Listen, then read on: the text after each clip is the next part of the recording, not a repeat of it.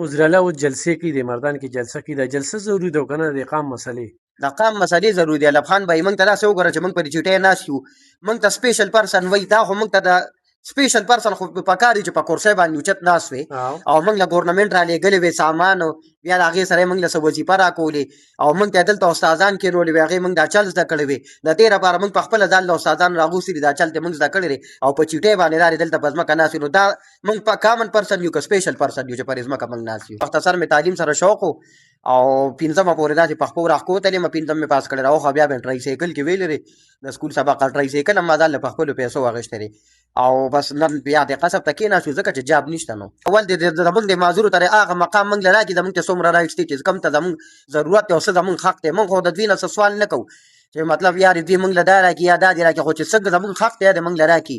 زموږ تعلیم دی نو د 2% کوټه هغې باندې چېرته ډیسیبل برتي نه شو یا تر اوسه پورې زموږ دپاره نه سواخانه وظیفه وشوه یا که موږ څه ټرایسایکل یا ویلچیر غواړو نو په مینتونو زاروی غواړو. زموږ دپاره داسې چېرته ټیکنیکل سنټر نشته چې هلته موږ لاړ شو موږ معذور هلته څه قصب زده کړو، په خپلو خپو ودرېږو او ځان له 100 روپۍ وګټو.